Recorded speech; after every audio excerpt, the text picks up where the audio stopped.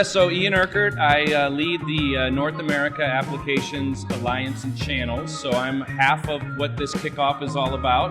And we're here really to engage with our partners at the beginning of our fiscal year, get them pumped up and excited about what's ahead and get some plans going. Great, and Urquardt had a really successful year last year. What was the role of partners in making that happen, and how do you hope to build on that?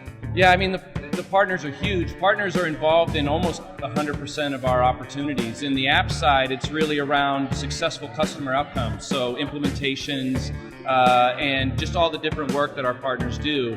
We also were able to generate significant amounts of pipeline last year with our partners together, so that's a win-win for both of us.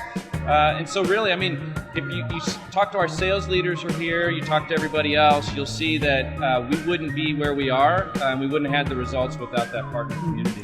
Talk about how can partners work with you, and what's the best way to kind of get engaged? Yes, so our programs are really around three core components: create, close, and consume. It's about creating incremental pipeline opportunities for both of us, closing deals together, and then driving successful implementations with partners. So the best way to engage is really engage with our team, our alliance directors, and my advice is really to differentiate.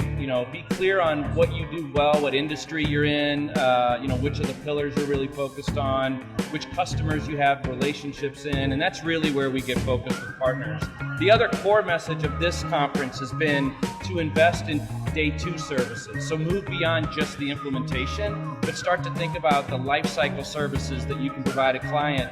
Our message is that we actually believe the lifecycle services for partners is going to be a bigger business for them in the next few years than implementation has been historically. So that's like a managed service over a period of time of the Correct. license and things like that, and they can sell additional products. Yeah, and the fact that we have a new release every quarter.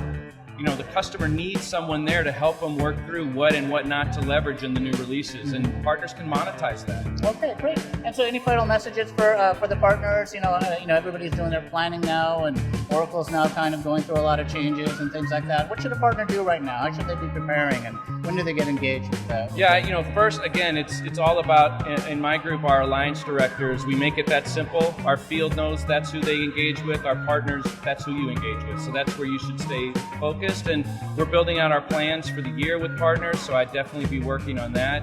I think my message to partners is that we don't have a market issue, we don't have an offering issue, we have an execution opportunity. It's really right now, it's just about doubling down and driving growth for both the partner and for Oracle.